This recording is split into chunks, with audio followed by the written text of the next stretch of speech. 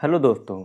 आज के क्लास में हम लोग यूपी डीएलएड प्रथम सेमेस्टर के शिक्षण अधिगम के सिद्धांत जो कि द्वितीय प्रश्न पत्र है के राजन सीरीज का लघुत्तरीय प्रश्न पढ़ेंगे। पिछले क्लासों में हम लोगों ने बहुविकल्पी प्रश्न, अति लघुत्तरीय प्रश्न और लघुत्तरीय प्रश्न के कुछ प्रश्न पढ़े थे। अगर आप लोगों ने नहीं देखा है तो डिस्क्रिप्शन में लिंक है, उस पर क्लिक करके आप देख सकते हैं। तो आइए आज का क्लास शुरू करते हैं। प्रश्न संख्या 13 है, बहुश्रेणी शिक्षण क्या है, इसका प्रयोग कब किया जाता है, इसकी आवश्यकता बताइए, इसे संचालित करने में मानवीय समूहों को स्पष्ट कीजिए। इसका उत्तर दिया है, बहुश्रेणी शिक्षण को बहुस्तरीय शिक्षण भी कहा जाता है। बहुश्रेणी शिक्षण वह शिक्षण है जिसके अंतर्गत विभिन्न उपलब्धि स्तर के बच्चों को शिक्षा दी जाती है। अथवा करके एक और डिफिनीशन है इसका, विभिन्न उपलब्धि स्तर वाले बच्चों को कुशलतापूर्वक पढ़ाने की योजनाबद्ध प्रक्रिया बहुस्तरीय शिक्षण कहलाती है।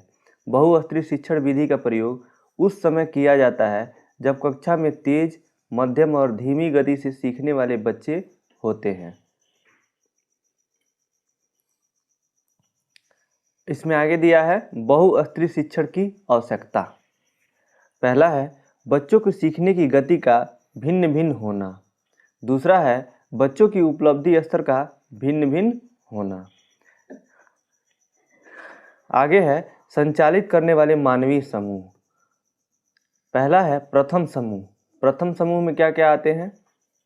केवल शिक्षक आधारित समूह। द्वितीय समूह में कुछ शिक्षक एवं मॉनिटर आधारित समूह। तीसरा है तृतीय समूह, एक शिक्षक और कुछ मॉनिटर आधारित समूह इसके अंतर्गत आते हैं। इसमें दिया है संचालित करने वाले मानवीय जो समूह है, इसमें दिया है प्रथम, द्वितीय, तृतीय। चतुर्थ में क्या दिया है? चतुर्थ में केवल मॉनिटर समूह आता है। और पंचम समूह में छात्र छात्राओं के रूप में स्वयं सीखने का समूह।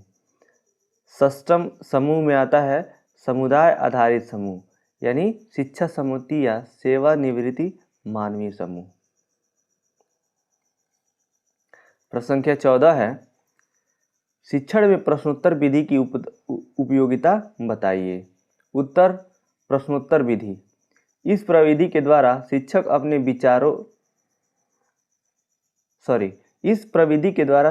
अपने शिष्यों से प्रश्न पूछकर उनकी समस्याओं का हल करता है। दार्शनिक सुकरात ने भी अपने शिक्षण में प्रश्नोत्तर विधि को अपनाया था। प्रश्नोत्तर विधि माना जाता है कि सुकरात ने ही दिया था। जहाँ भी पूछेगा प्रश्नोत्तर विधि को किसने दिया था, तो एक नंबर में पूछता है तो वहाँ आप लिखेंगे सुकरात। इसमें इसका उपयोग है। प्रश्नोत्तर विधि का उपयोग क्या है? इस प्रविधि की प्रमुख उपयोगिताएं निम्नलिखित हैं। पहला है छात्रों में चिंतन शक्ति का विकास होता है। दूसरा है छात्रों में सृजनात्मक शक्ति का विकास होता है। तीसरा है इससे छात्रों में पूर्व ज्ञान एवं अर्जित ज्ञान की जांच होती है। ये उपयोगिता है। और प्रश्नोत्तर विधि का ही प्रयोग करके प्रस्तावना में बच्चों के लेवल का पता लगाया जाता है। यानी बच्चों के पूर्व ज्ञान का ये दिया है, इसमें तो दिया ही है पहला ही। इसमें बच्चों के पूर्व ज्ञान का तीसरा दिया है। इसमें पूर्व ज्ञान का पता लगाया जाता है, जिससे उनके लेवल का पता लगता है कि बच्चे कितना जानते हैं। उसके बाद शिक्षण कार्य किया जाता है। प्रश्न संख्या 15 है, रुचिपूर्ण शिक्षण किसे कहते हैं? कक्षा में बच्चों की रुचि बनाए रखने हेतु आप किन किन विधियों का प्रयोग करेंगे तथा कैसे करेंगे? उत्तर है इसका रुचिपूर्ण शिक्षण। रुचिपूर्ण शिक्षण में है रुचिपूर्ण शिक्षण की नवीन विधा है। रुचिपूर्ण शिक्षा वह शिक्षण है जिसमें बालकों के रुचियों तथा आवश्यकताओं के अनुसार खेल खेल में शिक्षा दी जाती है। रुचिपूर्ण शिक्षण के प्रमुख उद्देश्य इस प्रकार हैं। पहला है खेल खेल में बच्चों की प्रतिभा तथा कौशल का विकास करना। दूसरा है बालकों में सृजनात्मक विकास। तीसरा है बालक परिवेश को आकर्षक तथा मनोरंजक बनाना। कक्षा में बच्चों की रुचियों को बनाए रखने के लिए हम निम्नलिखित विधियों के एवं ढंगों का प्रयोग कर सकते हैं। पहला है खेल विधि द्वारा शिक्षण कार्य।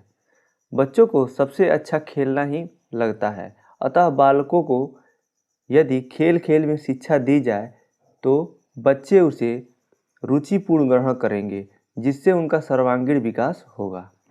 अतः कक्षा में बच्चों की रुचियों को बनाए रखने हेतु हम खेल विधि द्वारा शिक्षण कार्य कर सकते हैं। दूसरा दिया है बाल केंद्रित शिक्षा। बाल केंद्रित शिक्षा में शिक्षा का केंद्र बिंदु बालक होता है। इस प्रकार की व्यवस्था में शिक्षण कार्य बालकों की रुचियों के अनुसार किया जाता है। बाल केंद्रित शिक्षा में बच्चे बहुत ही मनोरंजनात्मक भाव से शिक्षा ग्रहण करते हैं। तीसरा है करके सीखने विधि का प्रयोग। बच्चों में करके सीखने की योग्यता का विकास करने से बच्चे रुचिपूर्ण शिक्षा ग्रहण करते हैं एवं सक्रिय रहते हैं। प्रश्न संख्या अगला है प्रश्न संख्या 16। शिक्षण अधिगम सामग्री से आप क्या समझते हैं? शिक्षण में दृश्य उपकरणों की उपयोगिता को स्पष्ट कीजिए। इसका उत्तर दिया है शिक्षण अधिगम सामग्री से आशय, meaning of teaching learning material. इसमें दिया है शिक्षण अधिगम सामग्री से तात्पर्य उस सामग्री से है जिसके प्रयोग से बालकों की ज्ञानेंद्रियां सक्रिय हो जाती हैं। शिक्षण सामग्री सभी बालकों की शिक्षा के लिए उपयोगी हैं। छोटे बालकों की शिक्षा में इसके महत्व को प्रत्येक शिक्षा शास्त्री ने एकमत होकर स्वीकार किया है। इसमें आगे दिया है शिक्षण में दृश्य उपकरणों की उपयोगिता। पहला है शब्दावली में वृद्धि। इसमें है दृश्य सामग्री के द्वारा बालकों की शब्दावली में वृद्धि होती है। इसका कारण यह है कि चलचित्र का प्रयोग करते समय वे नए नए शब्द सुनते हैं तथा ग्रहण करते हैं। दूसरा है शिक्षण में कुशलता। दृश्य सामग्री का प्रयोग करने से शिक्षण में कुशलता आती है, जिससे शिक्षण और अधिक प्रभावशाली बन जाता है। दूसरे शब्दों में जिन सूक्ष्म बातों तथा कठिन भावों को बालक चाक और टाक की सहायता से नहीं समझ सकते, उन्हें वे दृश्य उपकरणों के प्रयोग से सरलतापूर्वक समझ सकते हैं। तीसरा है प्रत्यक्ष अनुभव।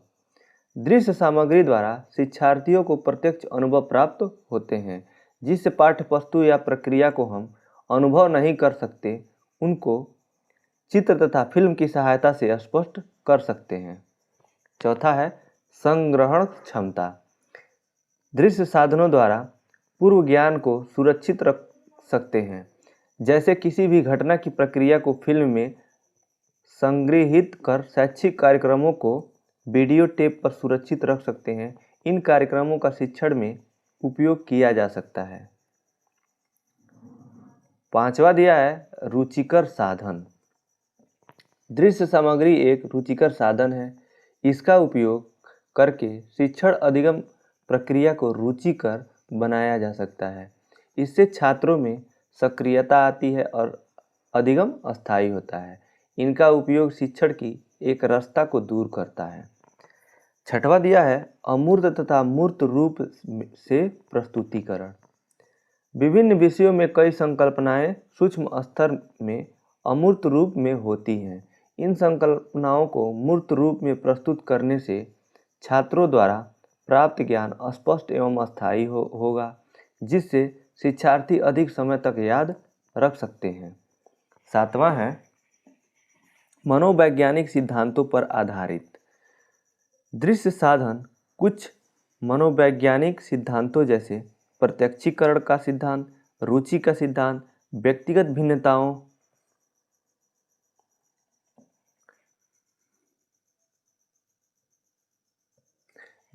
भिन्नताओं का सिद्धांत पर आधारित होता है। दृश्य साधन छात्रों की व्यक्तिगत जरूरतों को पूरा करते हैं। शिक्षार्थी एक दूसरे से मानसिक क्षमता, अध्ययन गति, रुचि आदि की दृष्टि से भिन्न होते हैं। शिक्षकों के समझाने पर विषय वस्तु स्पष्ट हो जाती है। आठवां पॉइंट दिया है वैज्ञानिक अभिवृत्ति का विकास। किसी घटना के घटित होने के कारण का तर्क देना वैज्ञानिक अभिवृत्ति कहलाती है। दृश्य साधनों द्वारा अमूर्त चिंतन व मूर्त चिंतन का विकास होता है, छात्रों की सक्रियता बढ़ती है, अतः अधिगम अस्थायी होता है। अतः ये सभी छात्रों में अभिवृत्ति के विकास में सहायक होती है। 9वां पॉइंट है सक्रियता। सक्रियता में देखिए क्या दिया है। छात्र जब स्वयं करके देखते हैं तो पाठ्य पुस्तक अधिक अस्पष्ट हो जाती है। दृश्य साधनों के कुछ सिद्धांतों पर आधारित होने पर भी इसमें छात्रों की सहभागिता भी हो सकती है।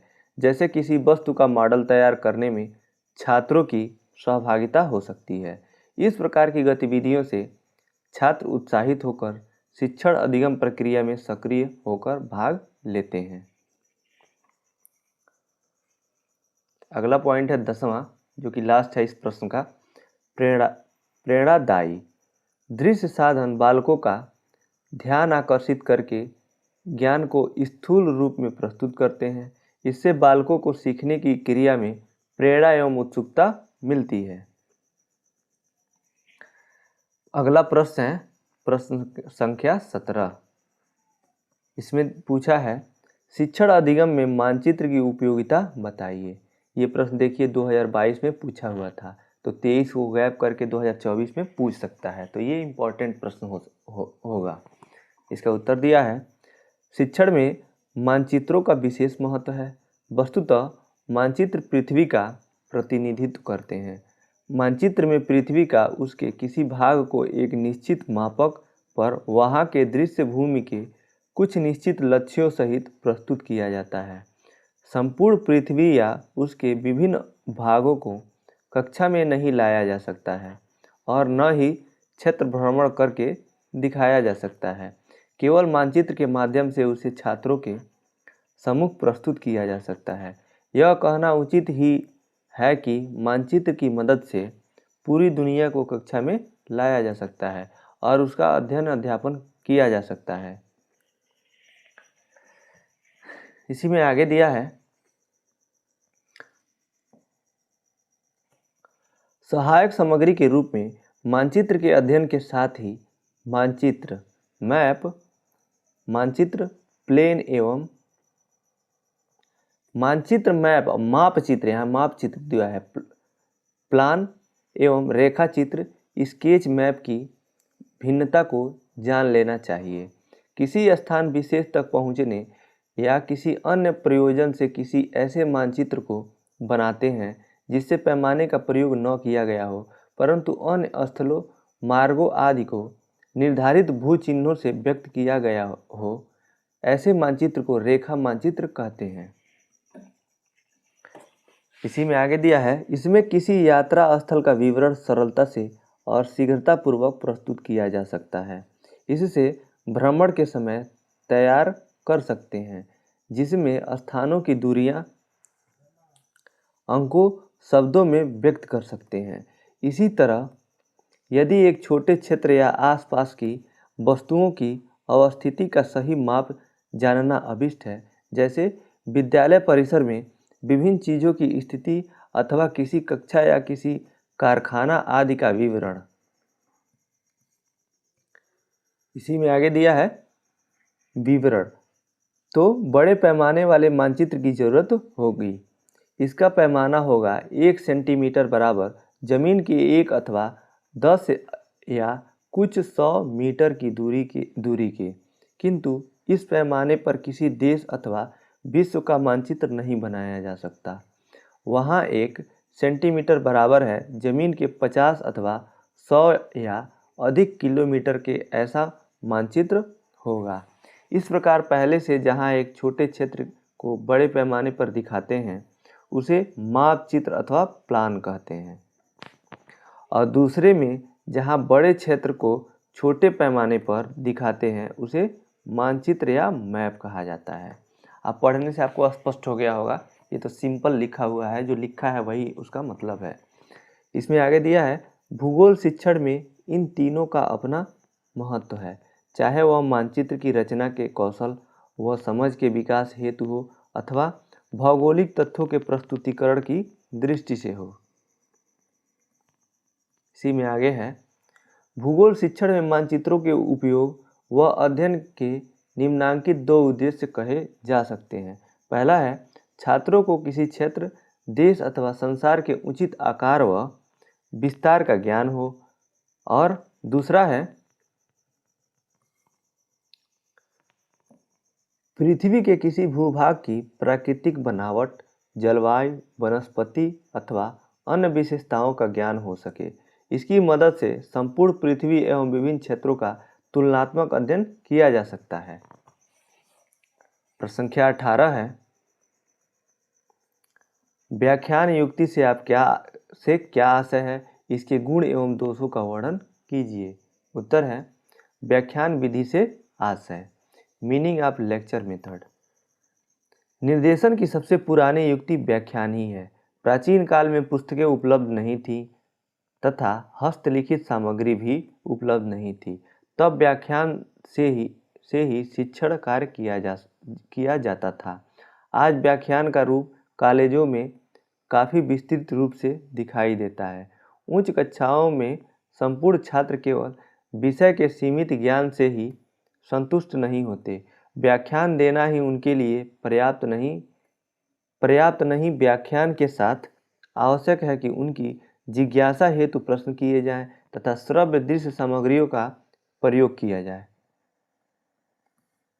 इसमें आगे दिया है, व्याख्यान से तात्पर्य है शिक्षक द्वारा किसी विषय वस्तु की गहराई तक उसका विश्लेषण करके छात्रों के समक्ष प्रस्तुत करना। यह परिचर्चा का विस्तृत अंश है। यह माना जाता है कि जो शिक्षक जितना अच्छा व्याख्यान दे सकता है, उसकी कक्षा उतनी ही भरी रहती है। व्याख्यान शिक्षक की मौखिक अभिव्यक्ति होती है। इस प्रविधि से शिक्षक विषय पर अधिकार रखता हुआ क्रमबद्ध अपने ज्ञान के छात्रों के समक्ष प्रस्तुत करता है। अब व्याख्यान विधि के देखिए लाभ क्या है, एडवांटेजेस हैं और कुछ हानियां हैं, तो इसको पढ़ेंगे हम लोग। तो पहले हम लोग लाभ पढ़ते हैं। लाभ में पहला है, व्याख्यान द्वारा विषय तथा मौखिक चित्रण तथा प्रस्तुतिकरण उचित रूप से होता है और विषय के क्षेत्र की सामान्य रूपरेखा भी प्राप्त की जा सकती है। दूसरा है, व्याख्यान प्रभावात्मक तरीके से संक्षिप्त समय में ही बहुत से तथ्य प्रस्तुत किए जा सकते हैं। तीसरा है, जब व्याख्यानों को कई खंडों में क्रमबद्धता के साथ प्रस्तुत किया जाता है तो विषय में छात्रों की रुचि अच्छी तरह से उत्पन्न की जा सकती है। चौथा है, इसमें क्योंकि रुचि के कारण ध्यान केंद्रित किया जाता है, अतः ध्यान काफ़ी समय तक सुरक्षित और अस्थायी बनाया जा सकता है। पांचवा है, किताबों के द्वारा की गई प्रस्तुति से कहे हुए शब्द अधिक प्रभावशाली होते हैं। व्याख्यान किताबों की कमी को पूरा करता है। अब इनके कुछ दोष हैं, डिसएडवांटेजेस हैं। तो इसमें पहला है दोष में व्याख्यान विधि का। देखिए, व्याख्यान छोटी कक्षाओं की दृष्टि से अमनोवैज्ञानिक विधि है, क्योंकि छोटी कक्षाओं में व्याख्यान देंगे तो बच्चे समझेंगे ही नहीं। बच्चे समझते भी हैं तो उनका ज्ञान अस्थायी होता है, बहुत जल्दी भूल जाते हैं। छोटे बच्चों को करके सीखने पे ज़्यादा बल दिया जाता है, बाल केंद्रित शिक्षा दिया जाता है। दूसरा है, छात्रों में मानसिक, तार्किक व आलोचनात्मक शक्ति के विकास की कमी रहती है जब अब व्याख्यान विधि द्वारा शिक्षा दी जाती है। तो इसमें तीसरा दिया है दोष में, इस प्रकार से दिया ज्ञान अस्थायी होता है। चौथा, विज्ञान के विषयों को इस विधि से पढ़ाना प्रभावकारी नहीं होता, क्योंकि इसमें शिक्षक संपूर्ण सूचनाएं ठीक तरह से प्रस्तुत नहीं कर पाता।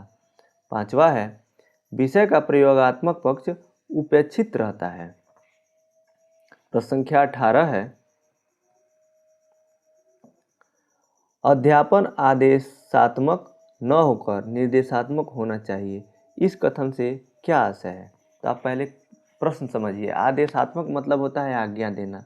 किसी को आज्ञा दे रहे हैं कि आप ऐसा पढ़ो, मतलब जो अध्यापन होता है आज्ञा नहीं देना चाहिए, निर्देशात्मक होना चाहिए। निर्देश मतलब होता है उसमें सहयोग करना, थोड़ा सा दिशा निर्देश करना कि कि ऐसे पढ़ो, या पढ़ने का तरीका बताना, या फिर बच्चे का हेल्प करना, तो ये निर्देशात्मक होता है। आदेश होता है सीधा स्ट्रिक्ट तरीके से उसको आदेश देना कि नहीं तुमको यही करना है। इसके प्रश्न का मतलब यही है।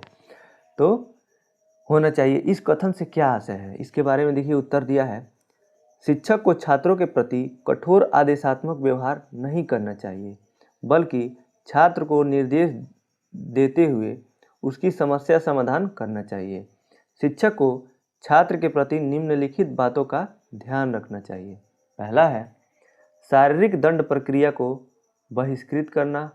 दूसरा है पढ़ाने की क्रिया पर जोर न देकर सिखाने की क्रिया पर जोर देना। तीसरा है बच्चों को स्वयं करके सीखने पर बल देना। चौथा है शिक्षक बालकों के सहयोगी तथा मार्गदर्शक के रूप में। पांचवा है प्रेषक, सूचना, संचालन तथा निष्कर्ष निकालने की दक्षता का विकास। छठवां है अधिगम को आनंददायी बनाना एवं व्यक्तित्व के समस्त पहलुओं का विकास करना। सातवां है शिक्षण सामग्री का उपयोग करना। आठवां है स्वनिर्मित एवं स्थानीय परिवेश में उपलब्ध सामग्री को शिक्षण सहायक सामग्री के रूप में प्रयुक्त करना। 9वां पॉइंट है समुदाय का सहयोग प्राप्त करना। 10वां है शिक्षा में ह्रास तथा अवरोध को रोकना। प्रश्न संख्या 20 है स्थूल से सूक्ष्म की ओर शिक्षण सूत्र का अभिप्राय एवं उदाहरण दीजिए। उत्तर स्थूल से सूक्ष्म की ओर, फ्रॉम कंक्रीट टू अब्स्ट्रैक्ट। इसे मूर्त से अमूर्त की ओर सूत्र भी कहते हैं। आरंभ में बालक सूक्ष्म को नहीं समझता, पहले वह स्थूल का ज्ञान प्राप्त करता है। स्थूल का मतलब होता है उसके पूरा, किसी भी चीज़ के बारे में पढ़ा रहे हैं तो पहले उसका समरी दीजिए, आप थोड़ा सा उसके स्वरूप को बताइए, उसके बाद उसे छोटे छोटे टुकड़ों में विभाजित करके उसका विश्लेषण करेंगे। यही उस स्थूल मतलब हुआ पूरा उसका बड़े रूप में।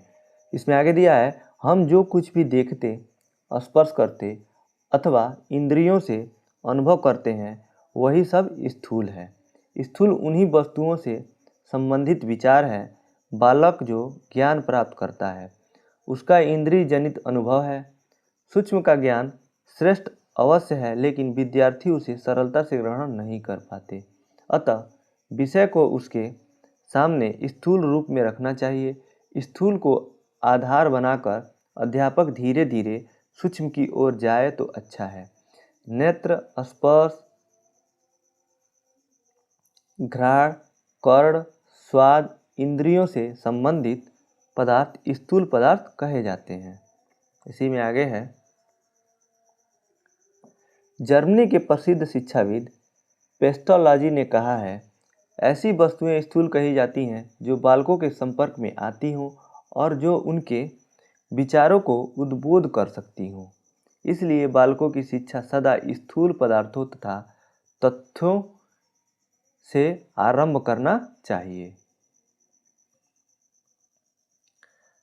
Doctor BD. भाटिया ने भी स्थूल उदाहरणों द्वारा शिक्षण को सरल बनाते हुए लिखा है। क्या लिखा है देखिए, the child easily understand a new idea when it's preceded by vivid and clear illustration.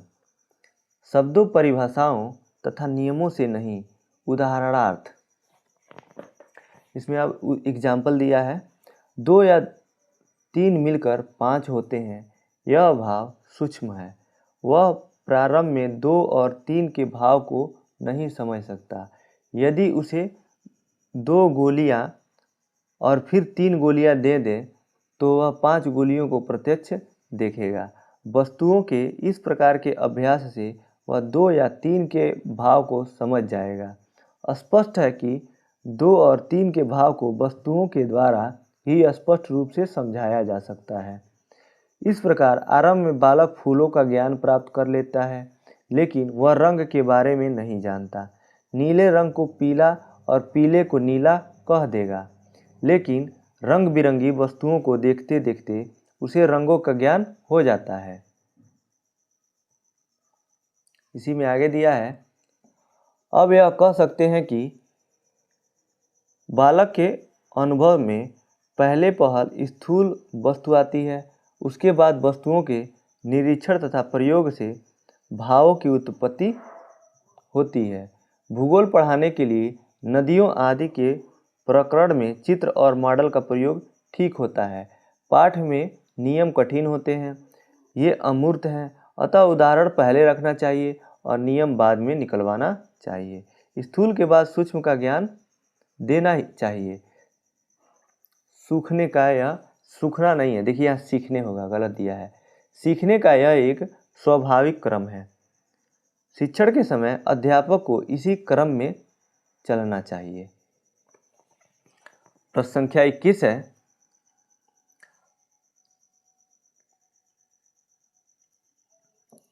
अपेक्षित अधिगम स्तर की प्राप्ति हेतु किए गए प्रयासों को समझाइए। उत्तर है, पुनर्वलन का अर्थ है पुनः बल देना, अर्थात छात्रों के सफल प्रयासों को प्रेरित व उत्साहित करने के लिए उनकी प्रशंसा करना। पुनर्वलन मानसिक रूप से छात्रों को प्रोत्साहित करने की कला है, जिसका प्रयोग प्रत्येक शिक्षक को आवश्यकता अनुसार एवं अनिवार्य रूप से करना चाहिए। वह शिक्षण अधिगम प्रक्रिया को प्रभावशाली, रुचिकर, आनंददायी एवं सुगम बनाने की दृष्टि से महत्वपूर्ण है। इसी में आगे दिया है, निर्धारित पाठ्यक्रम को छात्रों तक पहुंचाने के लिए शिक्षक शिक्षण के अतिरिक्त विभिन्न क्रियाकलापों का आयोजन करता है और बच्चों को विषयवार निर्धारित दक्षताओं में कुशल बनाता है। दक्षताओं के विकास में न केवल विद्यालय बल्कि घर, परिवार व छात्र का परिवेश समान रूप से महत्वपूर्ण होता है। जिन छात्रों की सामाजिक व पारिवारिक पृष्ठभूमि शैक्षिक दृष्टिकोण से ठीक है, उनके अभिभावक बच्चों के प्रति जागरूक हैं, उन बच्चों में शैक्षिक दक्षताओं के विकास में सरलता रहती है। विद्यालय एवं कक्षा कक्ष में पुनर्बलन प्रदान करने का कार्य मुख्यतः शिक्षक का है, अतः शिक्षक को चाहिए कि बच्चों के प्रति सही एवं प्रशंसनीय कार्य को सराहे एवं सभी के समक्ष प्रदर्शित भी करे। इसके लिए उसे शाब्दिक, अशाब्दिक पुनर्बलन व प्रशंसा, पुरस्कार जैसे सकारात्मक पुनर्बलन का प्रयोग ज़्यादा से ज़्यादा करना चाहिए। इससे छात्र कक्षा में सक्रिय रहते हैं और उनका उत्साहवर्धन भी होता है। तो इसी के साथ आज का ये क्लास यहीं समाप्त होता है। इसके बचे हुए प्रश्न को हम लोग अगले क्लास में पढ़ेंगे। आपको आज का क्लास कैसा लगा आप कमेंट बॉक्स में बताइएगा। अगर आपको अच्छा लगा तो इस वीडियो को लाइक कीजिए, अपने दोस्तों के साथ शेयर कीजिए और चैनल पे नए हैं तो चैनल को सब्सक्राइब कीजिए। और नोटिफिकेशन पाने के लिए आप बेल आइकन को भी ऑल पे क्लिक कर लीजिएगा। जब आप बेल आइकन पे दबाएंगे तो ऑप्शंस आएंगे, वहाँ पे जब सबसे ऊपर वाला ऑप्शन होगा ऑल होगा, उस पर आप क्लिक कीजिएगा, जिससे आपको वीडियो का नोटिफिकेशन मिलेगा। आज का वीडियो देखने के लिए आपका बहुत बहुत धन्यवाद दोस्तों।